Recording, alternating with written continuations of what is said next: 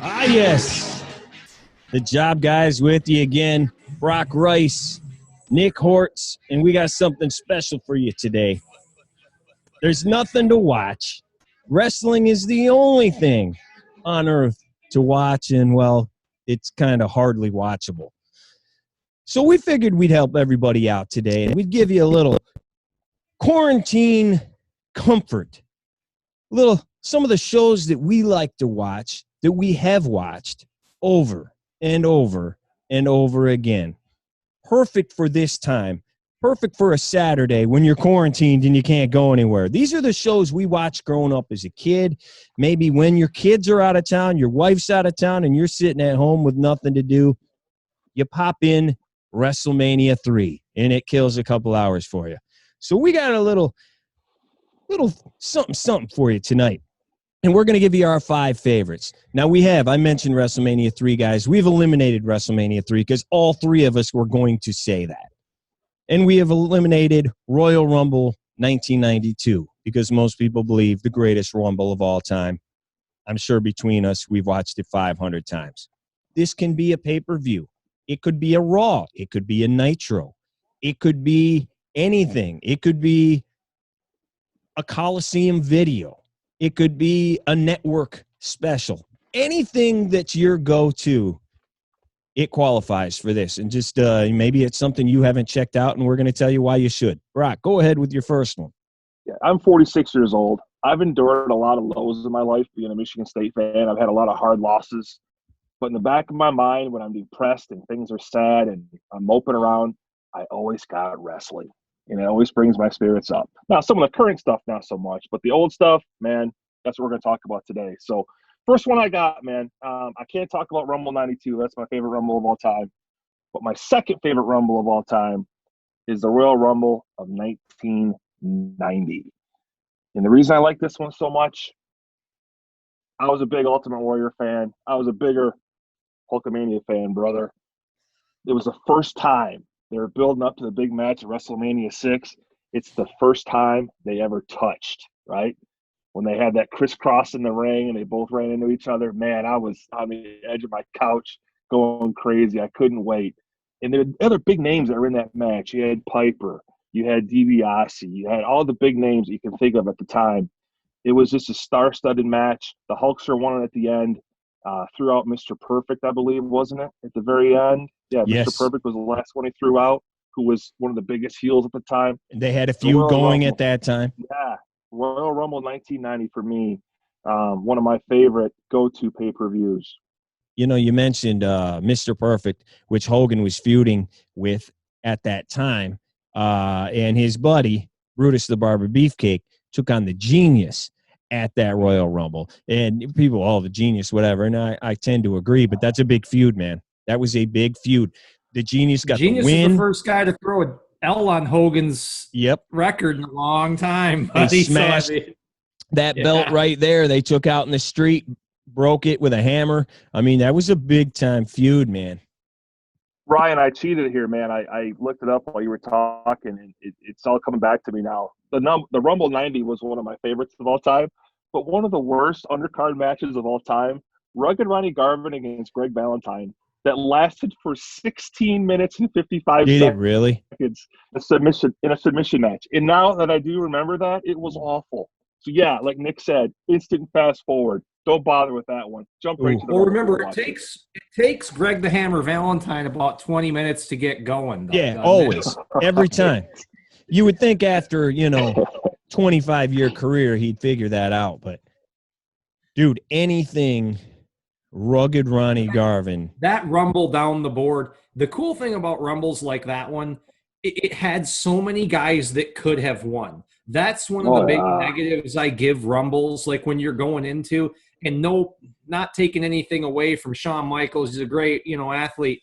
The 2 he won, I mean, nobody thought Squat Team 1 or 2 was winning that thing. I mean, there were so many bad guys in those. Randy Savage, Roddy Piper, Bret Hart, Dusty Rhodes, Andre, Haku, Akeem, my man Akeem, The Earthquake, Neidhart, Warrior, Martel, Santana, Honky Tonk.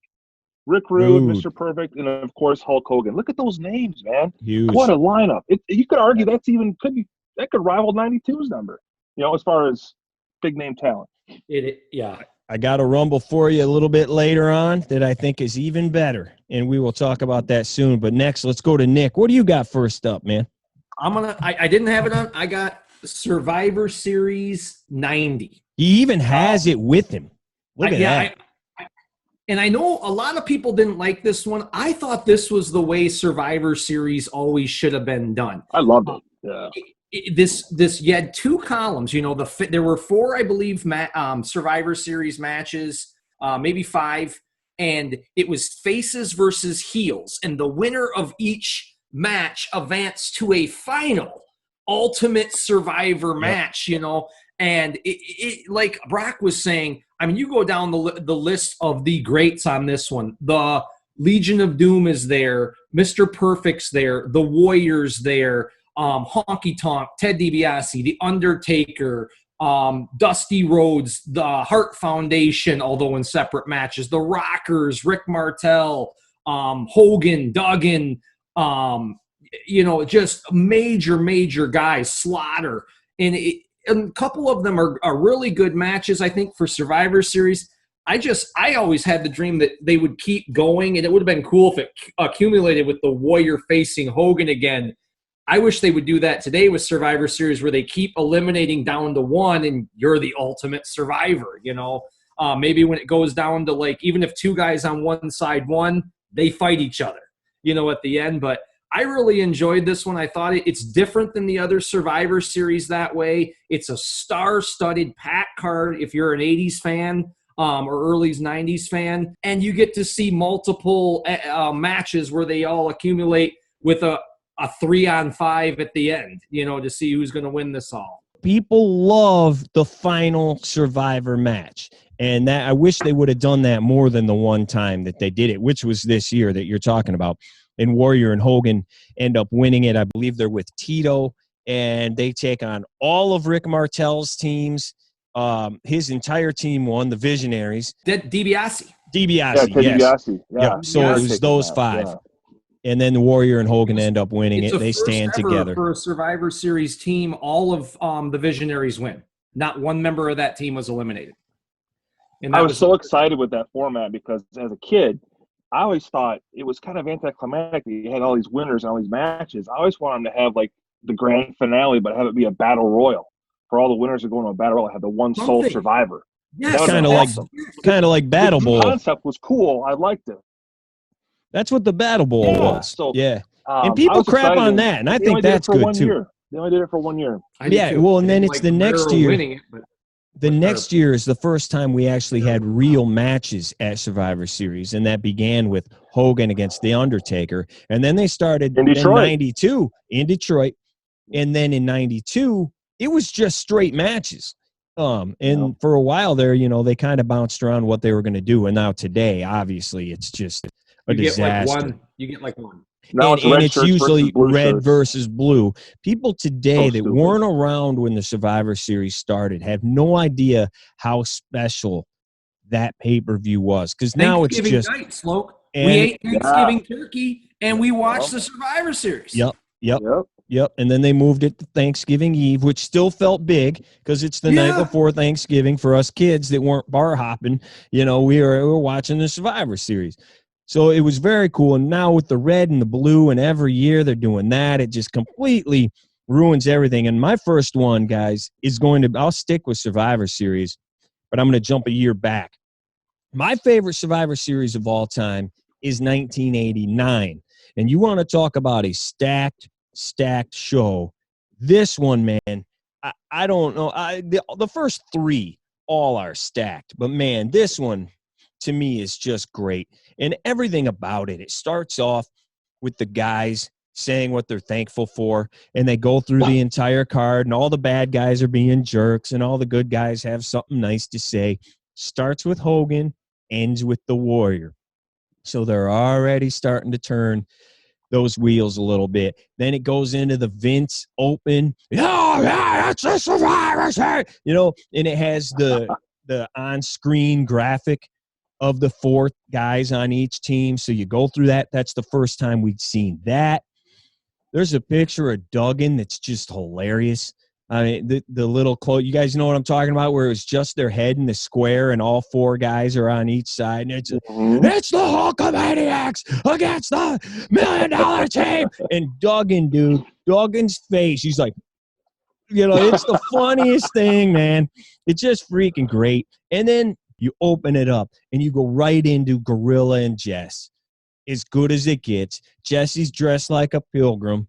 And Gorilla's just jobbing him for what he's wearing. He's getting all ticked. So right out of the gate, man, Nick, you and I have numerous quotes from this pay-per-view itself. Duggan's team comes out running out there with boards. That's the best. Yeah, they got boards. They got the very first match is Big Boss Man's team against American Dream's team. And you have Honky and Chico Santana in the middle of the ring. It's a main event anywhere around the country. I mean, just stuff that we've been saying for 30 years, man. It's so good. It's so good. Every single dude outside of the Red Rooster is over like crazy at this event, man. And all you Brutus haters out there, Brutus comes out huge, man. Massive pop, man. Massive pop. He's over as heck. The middle of the card is Hogan, and it's Hogan, Jake, and Demolition. Maybe the best team we've ever freaking seen against $1 Million Man, Zeus, and the Powers of Pain. Zeus gets disqualified. Awesome. Jesse is awesome on there. He's like, why they're when he starts yelling at everybody they're DQing everyone for beating up Hogan. That is so great. The whole team gets disqualified pretty much, and they're protecting Hogan. They're protecting Hogan. It's so good, man. It's so good. And the behind-the-scenes interviews, which they don't do anymore on pay-per-views ever, are all epic, man. They set up the No Holds Barred, the match, the movie at this pay-per-view. They interview Brutus and Hogan. Sherry comes in, throws salt in their eyes. They beat the crap out of them, setting up the match, the movie pay-per-view. It ends with Heenan getting leveled. Anybody that ever wanted to see Heenan get his comeuppance, he gets it in this more than you've ever seen before. He replaced Tully Blanchard, who was leaving, and then the cocaine thing happened. So Heenan fights. He's the last guy with the Warrior. The Warrior deals on him for like 5 minutes. He doesn't just – he deals on this guy. Then he's walking back down the ring. Warrior comes running and clotheslines him, leaves him laying, and they go off the air with Bobby laying in the middle of the aisle. Dude, if you've never seen Survivor Series 89, man, it is amazing. All 5 matches. It's awesome. It's brilliant. Go watch that one, man. I love it. One thing about that pay-per-view, Ryan, and you guys talked about it earlier, I think we've talked about it before, you and I offline, when all the superstars at the beginning were talking about things that they're thankful for. Yes. Did you guys ever catch Dusty Rhodes when he said, "I'm thankful for my polka dots"? Yes. And he's kind of flashing the bird. You know what? See that? No. And I have just watched it. He goes, "My polka dots." And you're right. He does the thing with, but does he? Flashing the bird. Is that his message to everybody for putting him with that ridiculous gimmick? I'm thankful for my polka dots. Bam. Well, Brock, let's go to you. You're second on your list. Well, I'm kind of going to go away from the pay-per-view route, and being a child of the 80s, of course, Saturday night's main event was a staple in our lives. And I'm going to bring up one that was a new thing in February of 1988 called The Main Event. Yes. That aired live on a Friday night and featured Hulk Hogan and Andre the Giant for the championship. And it also marked the debut of the dual Hebners that screwed Hogan out of the championship. And this was the first time we ever saw Hogan get pinned in our lives, really, because we don't remember the 70s stuff, right? Yep. In the modern era. So, yeah, this was the first time Hogan was pinned clean in a match. Not really clean, but he was pinned. Right. and it just, I think it was the highest rated shows in the history of. Still is. It's still the number one most watched wrestling program ever of all time. And we had Honky Tonk and Macho Man that night. And you've heard the rumors about that match. Was that really, did Honky Tonk hold up, losing to Savage, which, in turn prevented DiBiase from winning the tournament at WrestleMania 4. There's all those rumblings that really, all because of Honky refusing to drop the title that night. Just a great, historic, huge night in the wrestling lore that we so love today. So. Yeah, dude, I've told this story to you guys a million times, but this was the first time I ever really got to watch an entire wrestling show all at once. Because my brother and I would turn it on Saturday mornings and end up kicking each other in the head or something, and then somebody would end up crying, and I couldn't watch wrestling anymore. That was the end. Well, my mom was out of town. Down in the basement, me and my brother. My dad didn't give a crap, so we're down here. This all happens. We come, and we totally rat ourselves out. Run upstairs. Dad, there was 2 referees, and Hogan was up, but then they pinned him, and they can't do that, right? They can't do that. That's not right? And he's like, what are you? It was awesome. What are you dumb kids talking about? Great night.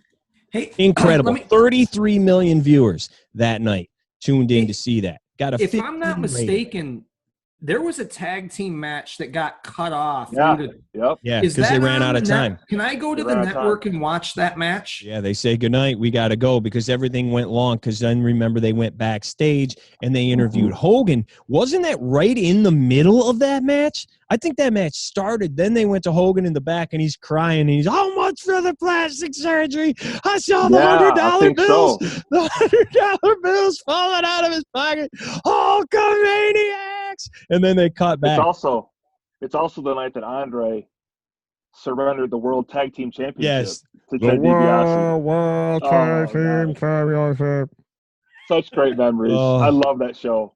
That's a good one, though, man. Gives us something to watch later, right? There you go. I'm going to go check it out tonight.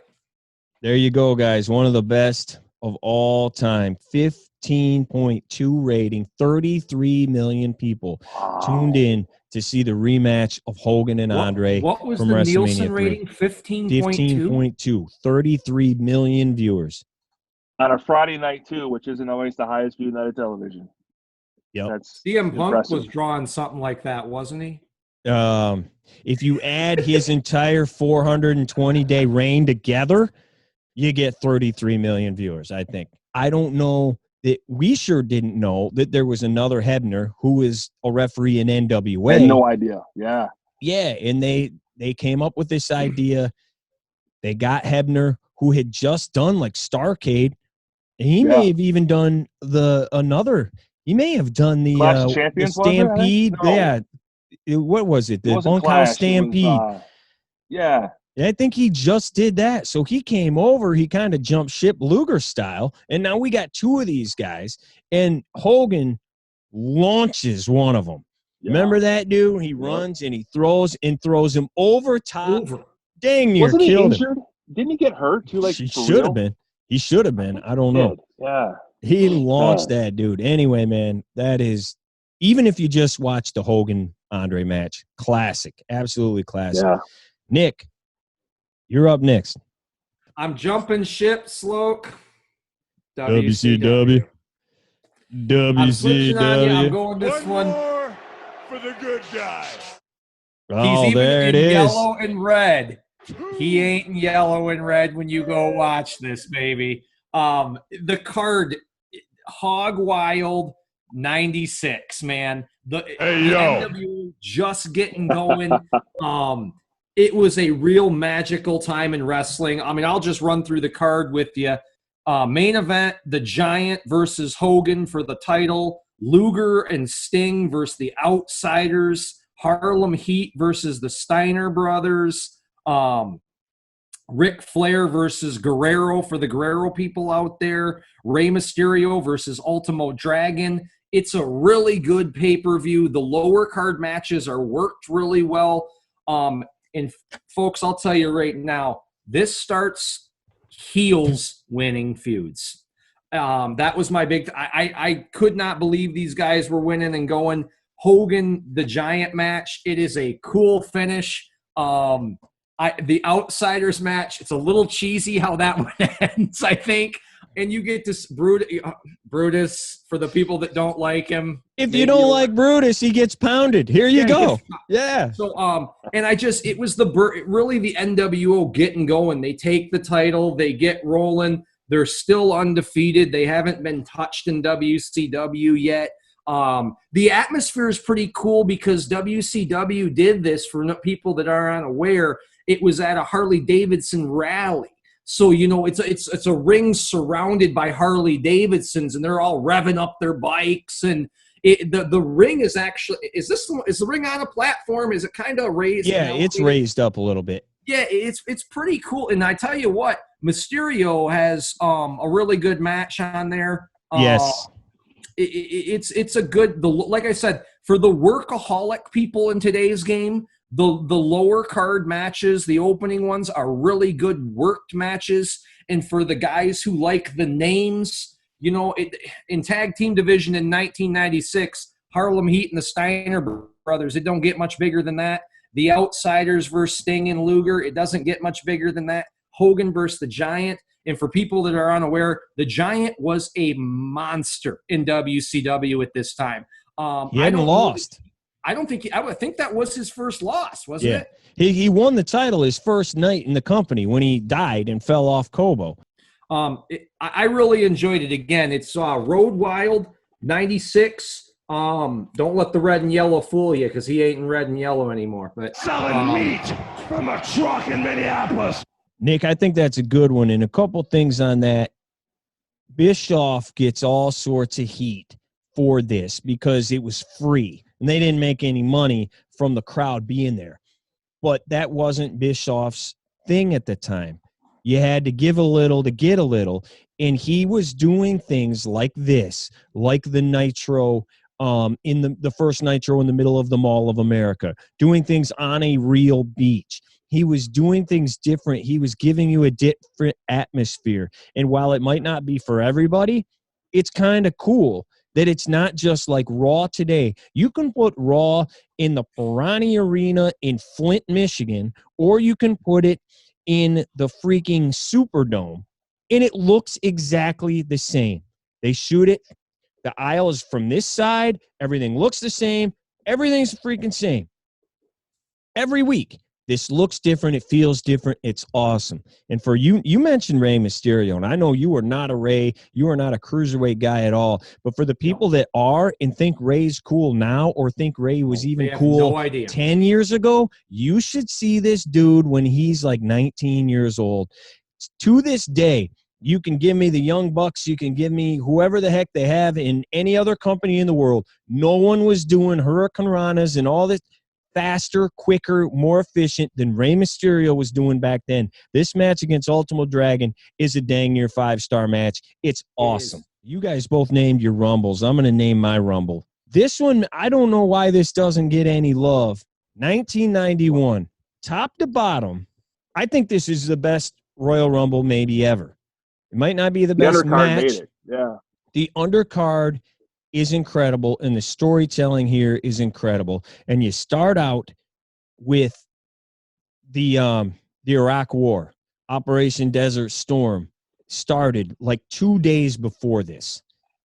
And so everything is USA, USA. They start out with Piper is on the mic for this one. He had done a couple of the pay-per-views. He did SummerSlam 90, I believe, as well. He's on the mic for this. He's awesome. He's great talking about America and pumping everybody up, all of that kind of stuff. I did not know this until I just recently looked this up. Meltzer said, to this point, it was the greatest WWF pay-per-view of all time. I had no idea. I had never heard that or seen that. Well, it doesn't get remembered like that today. It sure as heck doesn't. You don't hear anybody talk about this. But it starts off with a match with the Rockers against the Orient Express, and this is the new Orient Express with Kato. And we'd seen these guys fight a few times before. They fought on Superstars. They'd fought on WrestleMania 6. They were okay. Dude, this match is incredible. This match is a 4.5-star match. It has a finish we'd never seen, like a catapult into a sunset flip for a pin. All sorts of real cool stuff. They're doing high-flying stuff. They're doing double-team stuff all over the place. And, again, it's not like what we see today. Dudes are actually selling. There's actually, like, a count when they're double-teaming. They're not just in there for an hour. But it's good. It's super good. And, again, Meltzer says this is the best WWF match since Savage Steamboat at WrestleMania 3. Now, maybe that's because Japan was part of this. I don't know. You know, that probably pushed it up a little bit on his star ranking since it had something to do with Japan. I'm not quite sure. That match was awesome. Then you get into something they had not done, at least that I remember on pay-per-views. They had like an angle on the pay-per-view. They started an angle on the pay-per-view. Macho Man's in the back, and he's saying, hey, I'm the number one contender. We're gonna get Warrior to commit to give me a title match. So Sherry gets out there and she starts hitting on him. Remember that? Like, Warrior comes out. He's got to fight in a couple of minutes. And he comes out, and Sherry's like kissing him and touching him and all this. Mm-hmm. And it gets a little awkward. It's actually kind of weird. And Warrior keeps smelling his fingers over and over again for some reason. It's kind of like awkward, but funny because he keeps doing it and he keeps making faces. Anyway, he says no to her, smells his fingers again, and leaves. But that sets up the angle. And that sets up a match none of us thought what was going to happen. None of us. And here we are, once again, the beginning of the Iraq War. Ultimate Warrior, your champion, against Sergeant Slaughter. 11-year-old Sloke, 10-year-old Sloke did not think there was a single chance on earth. And we were old enough to realize, okay, they're going to set up Slaughter against Hogan at WrestleMania. We were old enough to realize that. We didn't think this was coming, man. Nope. This match is so good. And the way they set the whole thing up with what I just said, then during the match, Sherry comes down, distracts him. Warrior runs to the back. Savage drills him with like a lighting rig, knocks him down. He gets back. The beginning of this, too, you want to hear a pop, dude. Warrior is just dealing on him. Rips the Iraqi flag in half. Place is going nuts. This match is so good. All you people that like freaking Savage against Warrior at WrestleMania 7, this match is 1,000 times better than that match, because all you idiots want to talk about is, the moment. This is a 20-minute moment. This whole thing is awesome, and it has you on the edge of your chair because we've never seen anything like this. Warrior's running 1,000 miles an hour and gets drilled with the lighting thing, and then he gets smoked over the head with the scepter. A live round, dude. He took that and then pinned, and everybody's like, this job guy is the world champion? Are you kidding? What? This is so good and so well done. And Piper screaming, no. You can take your garbage slow as molasses Warrior Savage match and stick it, brother. That's what you can do. Fans can stick it, brother. That match does not even compare to this. It's so good. Then there's some other matches. So now we got a new world champion none of us thought of. I don't give a crap about Dusty Rhodes and Dustin. Never did. Didn't like it. They're on their whatever. way out anyway. They were on their way out. They're fighting DiBiase and Virgil. First time we've ever really seen Virgil fight, unless you were at a house show. This is where Virgil and DiBiase break up. So another huge angle. DiBiase is the focal point of the first 4 Rumbles. A big part of it. Huge. Of every one. Yes. From buying the number in the first one to the next year, he's number one. The very first one, 88, is a contract signing, I believe, with Hogan and Andre. Yes. He's there for that. Where he's going to buy the belt from Andre. Yeah. Yep. Yeah, and this is, it is what it is. No one knew who Dustin was or cared, but it's the whole thing with Virgil. And Virgil drills him with the belt. He's over, man. This place goes crazy. He was over. So there's so many good angles in matches, in storylines, setting up what should have been a great WrestleMania 7, and it wasn't. And then the Rumble, there's no like huge spots or anything, but again, we talked about how many dudes are in it. There's tons of dudes. Guys were getting over, though, by how long they were in the ring. And Gorilla keeps telling you, Bret Hart's been in there 20 minutes. The Hammer Valentine's been in there 45 minutes. Rick Martel sets the record over 50 minutes. Martel's forever, yeah. He's in there forever. And then, what a great couple of months for Rick Martel doing the thing with Jake. He's in the Survivor Series. His whole team wins. Now he's in the Rumble for 50 minutes. This thing ends with Hogan and Earthquake. That ends their feud. And then they wrap the whole thing up by Savage number 18 doesn't come out at number 18 because the Warrior got him.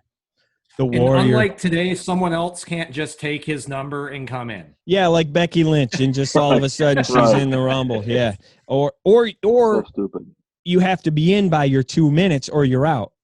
Yeah, they got rid of that too. Everything was just perfect. This pay-per-view is dang near perfect, and nobody talks about it.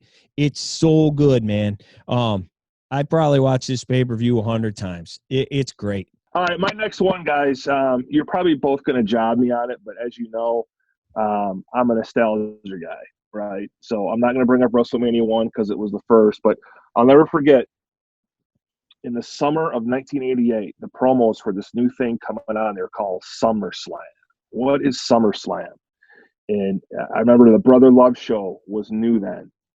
That spring, that summer, Brother Love debuted, and SummerSlam 88 is going to be a love fest, and it was just awesome. And what is SummerSlam? Well, it's the next big pay-per-view, and it was building to the Mega Bucks versus the Mega Powers.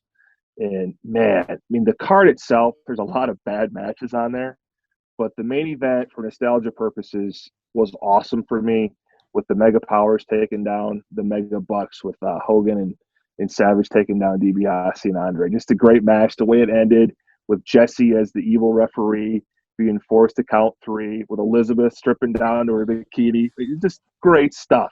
But the biggest highlight for me during that whole pay-per-view, it was a 30-second match. But when the surprise entrant for the Intercontinental match, Honky will challenge anybody, and that music hits, I challenge anybody to find a crowd pop like that crowd popped when the Warrior came running down the aisle. That was incredible. And the match was awesome. The crowd was going berserk. Just a great, great moment for the Intercontinental Championship.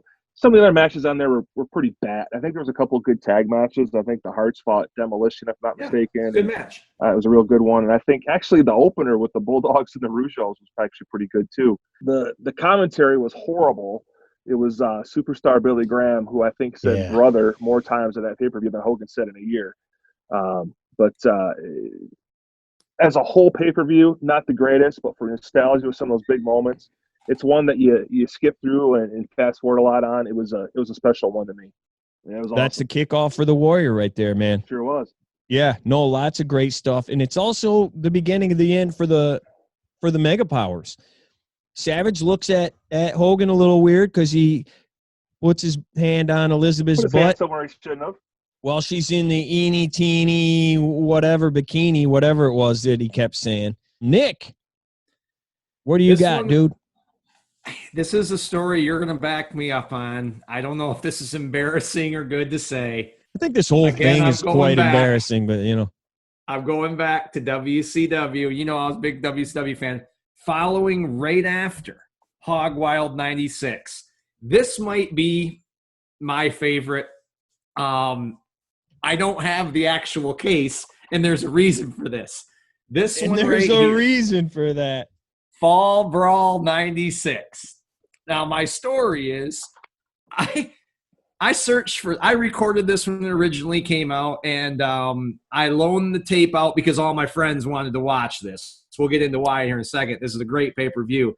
And lo and behold, I had lost it, couldn't get it back. So I searched for this, and if you remember, you couldn't find this. It wasn't anywhere. Nobody had WCW DVD or VHSs back then. Nobody. And they were starting to quit getting WWF because it was sucking at that point. And yeah, I couldn't find it. I finally found a bootleg version VHS tape for $100. You are looking at $100 VHS tape right here that someone bought from Hollywood Video, probably for like $3, and then sold it to me for $100. I paid $100 for that thing. And the reason why I love it, again, Benoit and Jericho have a good one on there. Harlem Heat and the Nasty Boys for the title. Giant and Savage. That was Hogan will come down to the ringside. I love it. Slaps the apron, gets Savage to follow him to the back, similar to what you were saying with the Slaughter match. Yep. And he's jumped and beaten up. I don't want to. I don't know if we want to spoil it for who wins it. He gets taken back to the wing, and him and the Giant get into it again. It's been 24 years. Spoilers, they should know, brother. Giant wins. But the cage, I think it was a week or 2 weeks before Sting got out of the car. It looked like Sting. It looked like he joined the NWO. I mean, WCW fans were crushed. NWO fans were going nuts, thinking Sting had joined.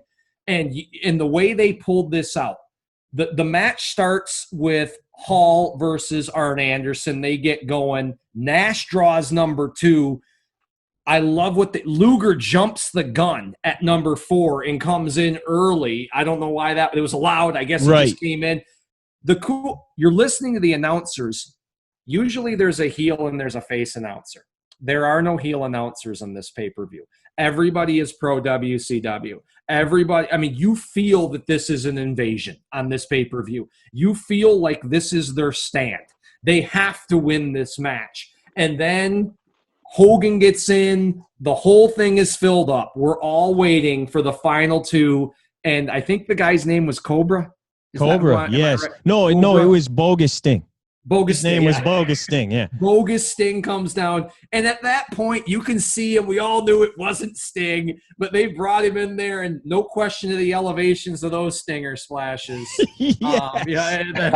That's, but then Sting comes down. Sting clears house. I mean, the poppy, the roof. The real Sting. Yeah. And then he tells everyone in that ring right there, and walks out, and for a WCW, you can't believe it. Yep. He's going to leave them and to get butchered by the NWO. They're going to lose this match. And I thought the NWO thing was just an angle that was going to run a couple months and it was done, whatever. No, they come out of this, they win this match. I remember Hogan in the ring at Winston-Salem. Savage comes out. They beat the hell out of him, spray paint him. They even spray paint Miss Elizabeth. And it was, I really felt it was a great match from top to bottom. Dallas Page and Guerrero put on a good opener for the Guerrero. It's Chavo. But they put on a good opener. And for those of you, there's I believe it's a little, like, it's about 5 minutes, maybe not even 5 minutes, a recap of the NWO angle at the beginning of that pay-per-view after the first or so match. Really cool how they bring you all in and tell you how everything's going. You could, I don't know what it is in there, you could feel something in that building like, oh my God, like there were 2 sides, NWO and WCW, and it was a really cool event, and I was shocked that WCW lost. I was shocked that Sting walked out of them. And folks, that's the birth of the Crow. Yep. We don't. Yeah. I mean, the only thing you know about Sting is nothing's for certain, right? Nothing. Yep. The next night on Nitro. Walks out of the ring. The next night on Nitro. Yep. And then he heads to the rafters.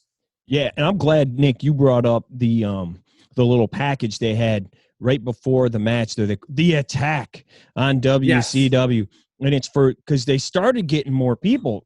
I wasn't watching at the very beginning, and that brought everybody up to speed. What happened from the second Scott Hall walked down on Memorial Day up until Sting jumping out of that limo out in the rain at Nitro the week before. It brought you every step along the way. Savage on top of the limo, beating on the limo as it drives off. Oh, man, it was great. The Giant. No, whoa, the Giant.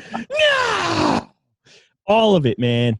It was so good. WCW, man, we give WWF all the credit in the world for their production, and their production to this day is light years ahead of even network television. Yeah. Back then, WCW started doing some stuff with their production that nobody had done before, and they were doing it better than anybody. And then WWE just took it through the roof. But, man, their stuff back then, it was incredible. That was great. That may be that's up there for the best WCW pay-per-views of all time. It's my favorite WCW pay-per-view. If you haven't seen that and you've always heard about Sting, heard about the NWO, heard about whatever, that's a great one, man. It is so good.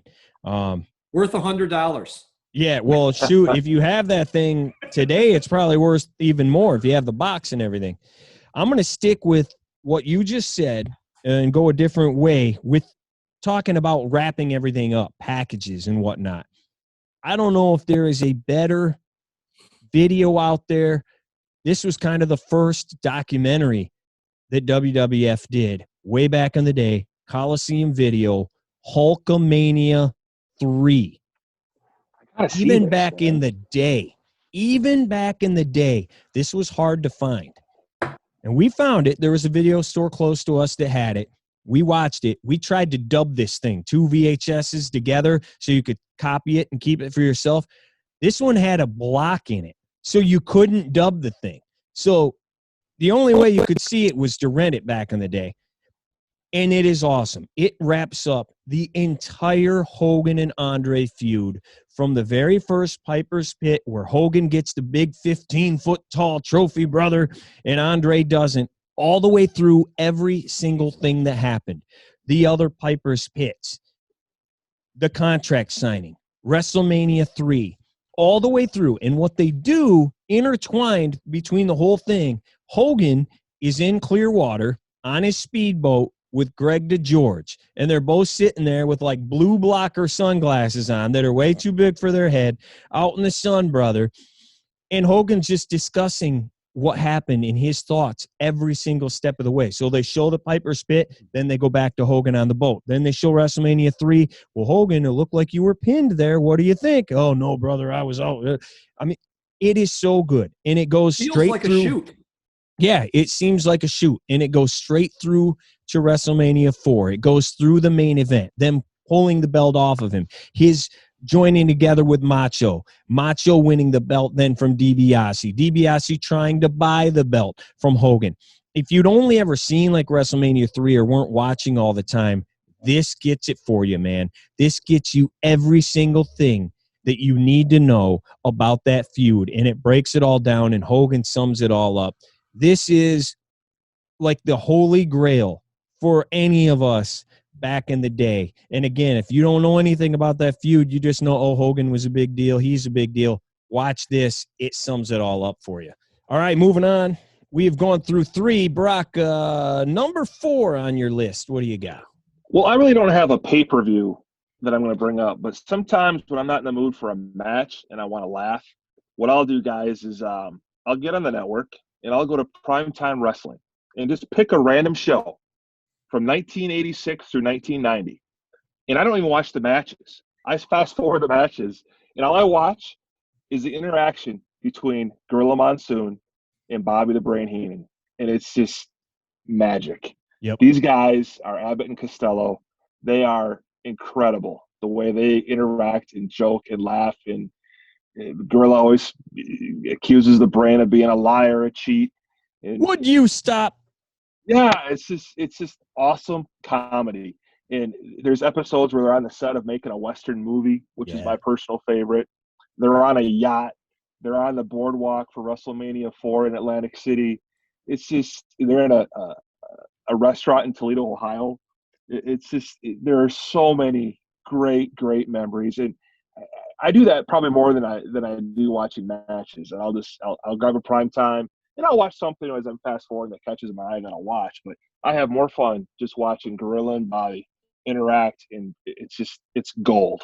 Those are great memories. And again, man, people can tell me all day about Jim Ross, and I'm not going to dog him.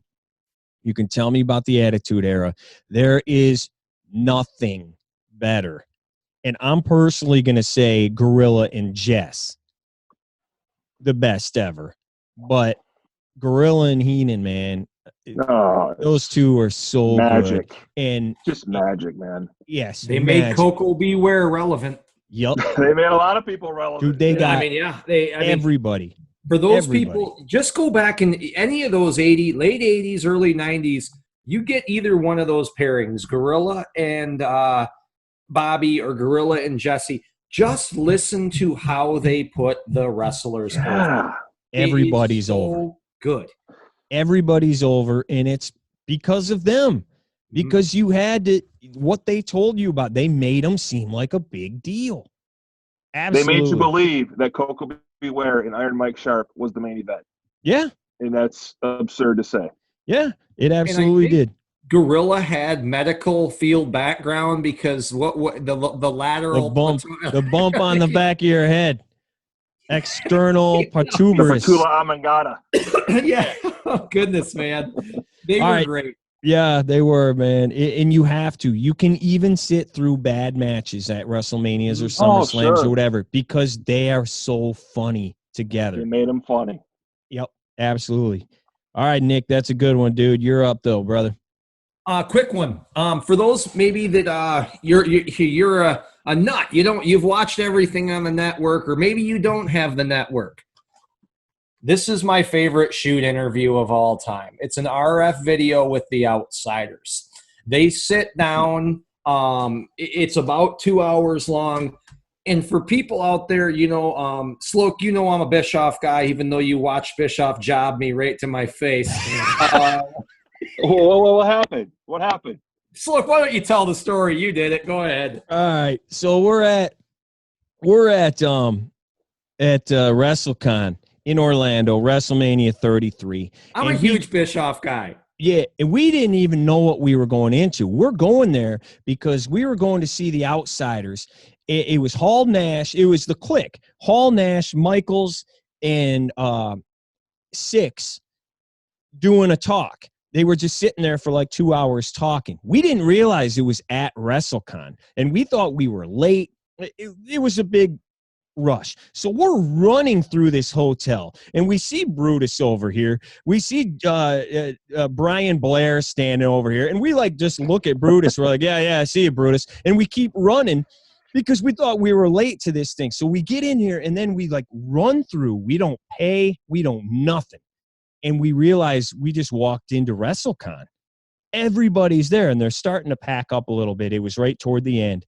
Go get some autographs or something. So we're running around. We're getting pictures with people, autographs, whatever. And then we didn't know how many some we had to pay, some we didn't. Well, we see Bischoff, and we're big NWO fans. We want Bischoff. So we found out it was $25, $30 or something like that. For a cell phone picture on your own camera. For just a picture. On your own, you took it with your own camera. So we wait a little bit, and there's a small line. But then the guy right in front of us ends up doing an interview with him. So he's got a recorder, a microphone, and he's seriously a mic like this. He's sitting there talking to him, and we didn't really care, but we were like, dude, we're waiting here forever. What's going on? So we get up there. We didn't know how much it was or anything. And I get up there, and I was like, oh, yeah, hey, Bischoff, it's $25. Oh, okay. Hey, Nick, it's 25. Whatever, we waited, let's do it. So I'm sitting there, I'm talking to him, I'm a big fan, whatever, all this small talk. He's like, oh, okay, that's great, man, appreciate it. And then I say to him, I get the picture on my phone, and I'm like, hey, yo. Got a stack of photos. We are the last people in here, man. Everybody else is packed up, ready to leave, whatever. And he's got a stack of 8x10s. I'm like, hey, can I get one of those 8x10s too? And he looks at me, And he kept wanting me. He's like, oh, you got to get right with my guy. You got to get like his money man. He's like, you got to check my guy. You got to check my guy. And I'm like, can I get one of those 8x10s too? He's like, oh, no, that's, I'm like, oh, I thought it came with it. He's like, you know what? It's the end of the day. You get the end of the day special. Signs it, hands it to me. Oh, dude, I appreciate it, man. So here comes That's Nick. awesome. Nick gives his $25 to the dude, and he gets his picture. He's like, hey, man, can I get the end of the day special too? He goes, no. That's all you, yeah, no. Done it, nothing, man. Just not even, didn't even like. They were pictures from like 10 years earlier. Oh, like earlier than that. Like the day he got hired at WCW. Oh, like and from he must have had 91. a stack that big. That's Nobody awesome. else was there. It wasn't like there was going to be a mob of people running up getting free autographs. There was No, we were the nobody last people. there. And he didn't, no remorse whatsoever. He just goes, No. it That's was awesome. the greatest, man. And I'm like trying not to laugh at him, but he jobbed the crap out of him, dude. It was like Razor Ramon said to that girl in that venue, no, Get out of Chico, here. get out of here. How you doing? Better than you. Better than you. But yeah, this is for those people that get a little frustrated with like I said, I like Bischoff. I like why can't something to wrestle with why can't I think of his name slow? Bruce Pritchard. Conrad. Bruce Pritchard. They do lie a lot. There's stories change and things. The one thing, you may think the outsiders are jerks, and they probably are. You may think they've played politics in the background, and they did. But these guys really, I mean, they shoot from the hip and they tell it the way they remembered it. And it's really good. That there's stuff about Bret Hart when they won't even say his name. They just some Canadian guy that we had to deal with in the industry, and they talk about going over the border for WrestleMania. Oh my goodness! I'll leave the info out for the kiddies at home, but that's what get your parents' permission before you listen to that. But it's a really fun event to watch on there, and just I really felt it's RF. I'll just be quick. Outsiders shoot interview. I think you can find it on YouTube. It may be out there. It's a really good one though. They talk. And after plugging them a couple times, Nick, maybe we can get the end of the day special from RF Video and get a couple freebies. No, Chico. You'll laugh your butt off when they cross that border and what they were doing. Oh, you wonder why they only lasted a month. Yeah. That you find out. It pretty much sums it up. That's a great one, man. I'm going to stick with the NWO theme since you mentioned it. And I'm going to jump back to the year 1997. Now, this pay-per-view top to bottom is not very good. It really isn't that good at all. I mean, but it's what's at top, what's on top that makes it great. And it's Bash at the Beach, 1997. Not 96 when Hogan creates the NWO, but 97. In the main event there, Lex Luger and the Giant taking on Hogan and Dennis Rodman. And I think you a got lot some of last people, dance love here, brother. well, I was going to say, I think a lot of people nowadays, maybe that didn't know are finding out how big of a deal Dennis Rodman was. I will say for a brief second, he was even bigger pop culture-wise than Michael Jordan was for a brief time. He was on Entertainment Tonight every night. This got WCW on Entertainment Tonight. They were on The Tonight Show with Leno. They were on everything. But Rodman was on everything. He's dating every girl on earth. The hottest chicks, Madonna, Carmen Electra, Toni Braxton. Go down the list. He was with them. His hair, he's part of the Bulls. He's in movies. This pay-per-view is not great. There is a couple of decent matches at the end, though. Hall and Savage from the NWO take on DDP, who was huge at this point. Maybe as big as he'd ever been. He had beaten Macho already. So he's super over at this point. Mystery partner turns out to be Kurt Hennig. Everybody had wanted to see this dude forever. He hadn't really wrestled since SummerSlam 1991 against Brett. His back's good. His Lloyds of London was done, so he's back in the ring. And it was awesome just to see him back in there in the ring. Then I told you about the main event, but the best match of the night is the match in between those two. And it's two guys that I don't even really like that much.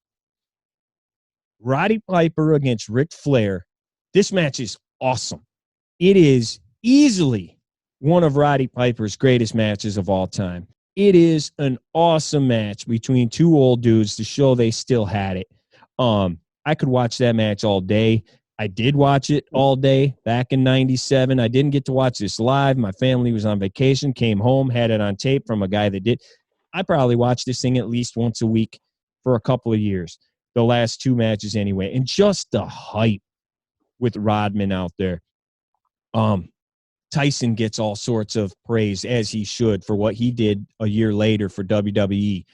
Same with Rodman, man. I mean, this guy was as big as it gets. And to see him in there with Hollywood Hogan, who I was a huge fan of, it was just cool. Brock, last one, I believe. Yes. Well, we all know the WWE puts out some awesome documentaries, and I think there's a library of awesome ones on the network right now. But there's one that's not on the network that the WWE put out, I think, around 2005, 2006. And it's the self-destruction of the Ultimate Warrior. And, man, this one is brutal.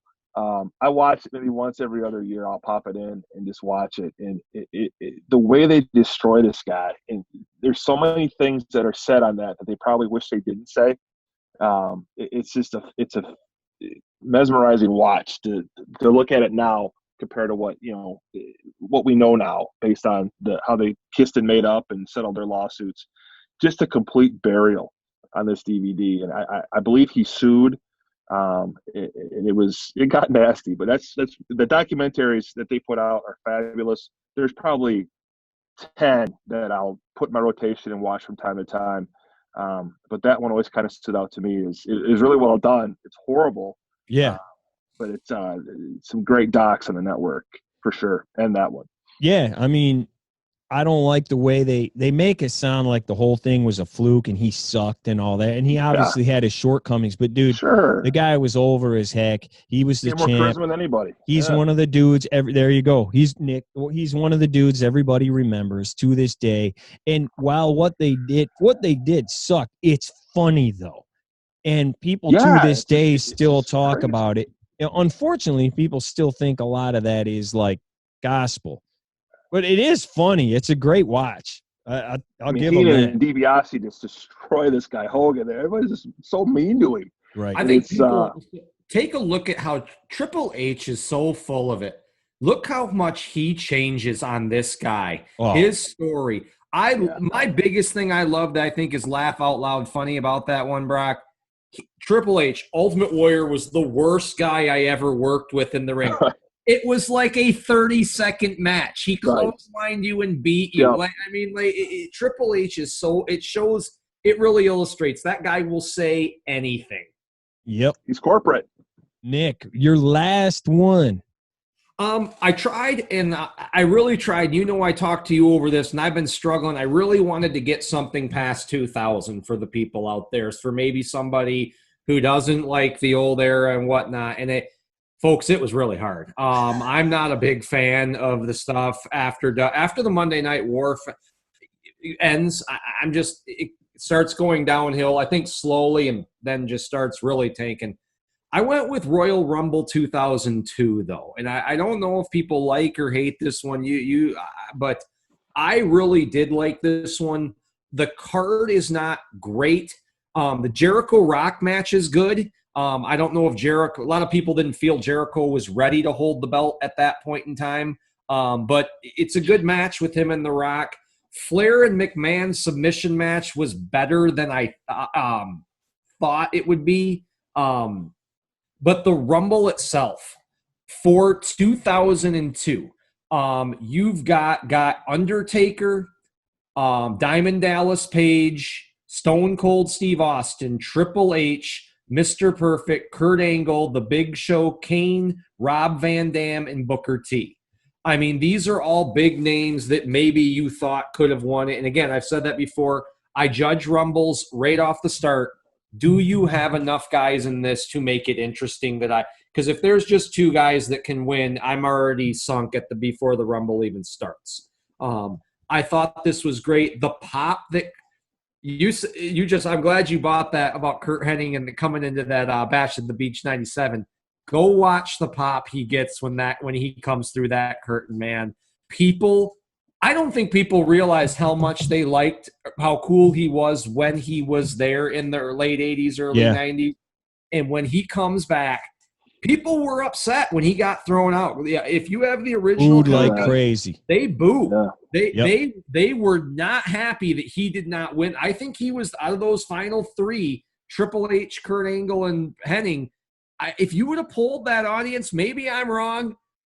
I think they wanted Hennig to win that thing, man.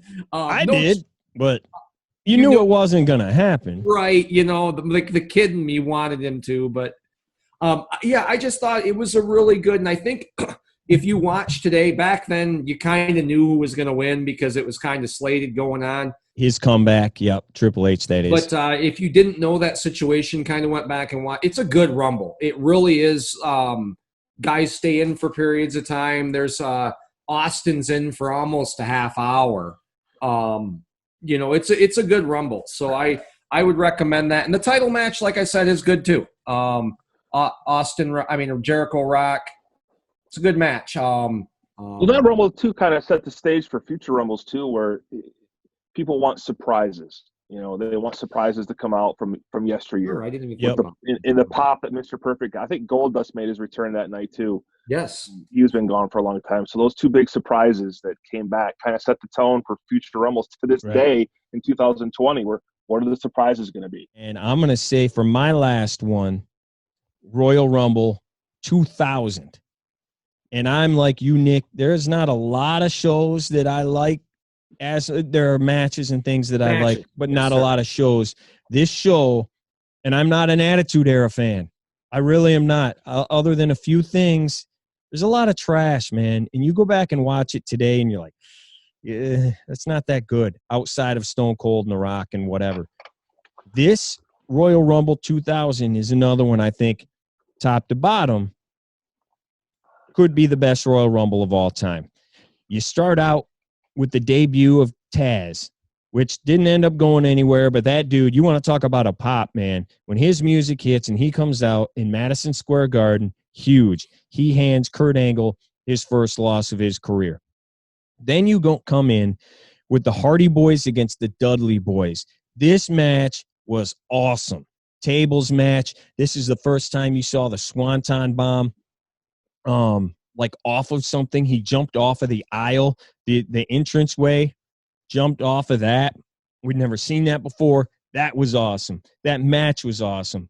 And then you get into the Triple H Cactus Jack match, which is one of the best matches of all time. I think that was a great match. And I'm not even really a hardcore fan. This was a street fight. This is where you see Triple H with like a big chunk taken out of his legs. I believe we saw the thumbtacks. It was a great, great match. And then the Rumble itself didn't really have any stars. It kind of came down to The Rock and Big Show, which were only really, this is why I don't like the Attitude Era that much, because other than the top guys, everybody else sucks. But what they did with everybody else in this Royal Rumble was cool. I also didn't care about Rikishi and Too Cool, but for whatever reason, it was cool when they cleared the ring in the middle of the Rumble. They do their dance breakdown. We'd not seen something like that, but it was cool. I liked it. I like it. It comes down to The Rock and Big Show. Rock wins. Everybody's happy. Rock's going to WrestleMania. I just thought it was a great show, man, and I can watch this. I can watch that entire Rumble, no fast forward. A few of the previous matches you can fast forward, but those big ones, the tag match and then the world title match, those are classics. I could watch that all day, every day, guys. So that's our 5. anything else that you want to hit on? Is there any maybe shows that suck but have maybe one good match that you go back and maybe you watch one match? I can tell you right off the top, and I don't need to explain the match at all. Most people know. Critic-wise, SummerSlam 92 people like for some reason. I think that show's terrible. I agree. I think it's terrible. I don't know what people are looking at, but the last match is my favorite match of all time. Bret Hart, Bulldog in Wembley Stadium, Intercontinental Belt. One of the best matches of all time. My favorite match of all time. I will jump right to that, and I'll watch that match on its own. Anything like that for you guys? I'll jump in, Nick, real quick. For me, being the nostalgia guy that I am, I'm sure you guys are sick of me talking about the old days. But WrestleMania 1, the main event. Yeah, the card as itself, not that great. But the main event, man, I think is still one of the best ones ever. Piper and Orndorff against Hogan and Mr. T. And I encourage you guys also, if you haven't seen it before, it's not on the network, but get on YouTube and watch The War to Settle the Score. Yes. Which was the MTV. I remember watching this as a kid with my dad on MTV on a school night. I was on a Monday night, I believe, and he let me stay up and watch it. And it was so cool with Mean Gene and Alan Hunter, building up the big match between Piper and Hogan for the title, and Mr. T. It just, the whole thing was great. The setup was awesome. WrestleMania 1 as a whole, not that great, obviously, but that main event, man, it's awesome. I think it's one of the best ones ever. Yeah, and people you nowadays will never understand how big MTV was. And cable was really huge. Just starting to pick up, and to be on MTV and music videos, now you can just hit YouTube and type in whatever you want and you got it. Man, you had to wait till that song came on. People just won't understand how big that was. And then to have the entire show on MTV. Huge. Very huge. Nick, any specific match for you? I'll give them both one. You want a quick one? Everybody talks Shawn Michaels Undertaker. I would urge you all to go back to 1993 and watch the Royal Rumble, Shawn Michaels versus Marty Jannetty. Yeah. That match is lights out. In my opinion, that's his best match. It stinks that the match happened a year too late. Yeah. But that match is amazing. And for people who are binge watching wrestling fans today, go back and watch Nitro from 96, the Scott Hall to just as the progression of the NWO goes. I'm telling you, folks. I mean, it was so good. It's so different than anything, and that is what you're watching today. Everything you're watching today is because of the NWO. They changed wrestling. The Attitude Era, all they did is turn up the volume. They stole what WCW did, and they turned the volume up. Yep. Bite Me became Suck It. It was, Scott Hall is doing the chop at Bash at the Beach 96. Yep. Go back and watch. This is still going today. This is still going today. But if you get a chance, folks, I would go back. I'd start at Memorial Day with the arrival of Scott Hall and watch those Nitros. I'm not going to lie. A lot of it's brutal to watch. I don't want to watch Ice Train. But, you're going to have to sit through them. But the thing is, they're not even talking about a lot of those matches while they're on. Right. And I'm usually not a fan of that. But the NWO coming in, the atmosphere trumps everything, man. And the Nitro, where they beat them up in the back with baseball bats, folks. Awesome. So good. They were doing stuff that you'd never seen before. Every single week they were doing something, even if it was a small tweak, different than anything we'd ever seen. Mm-hmm. You never see them hit with the bat either. The impact of sound. They just take that aluminum bat and drop it on the ground, and you see the wrestlers laying all around. Yep. And that must have been 30 or 40 minutes of the show. Yeah. Them out back. Memorial Day 96 to Christmas 96. That stuff is untouchable, man. It really is. It is so good. That's Sting. That's the birth of the NWO. Piper comes out. They start talking about WrestleMania on WWE, on WCW TV. Piper calling out. I'm sorry, I can go on but Piper, when he starts, when he questions Bischoff, that might be one of the greatest moments in Nitro history. Yep. Was my road straight or curvy? You know, I mean, it was so awesome. One last one for me. Brock, you mentioned like documentaries and DVDs. I mentioned Hulkamania. The AWA DVD, I think, is awesome. The story is always told by the winners, and a lot of times the WCW doesn't get its shine because WWE is telling the story. Same can be said with AWA, but I think they did a good job telling this story.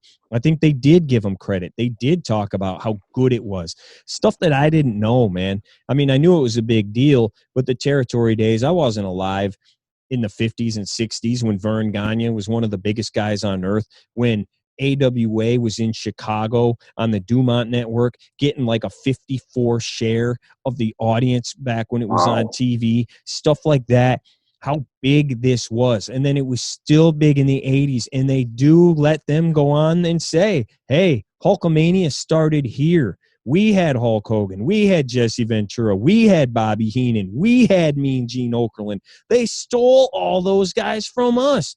And they let him say, yeah, Vince, what he complained WCW did back in the day, stealing all the guys and paying them, that's what he did to us. Just great, great stuff. And you get to see those guys back in their element back in 82, 83.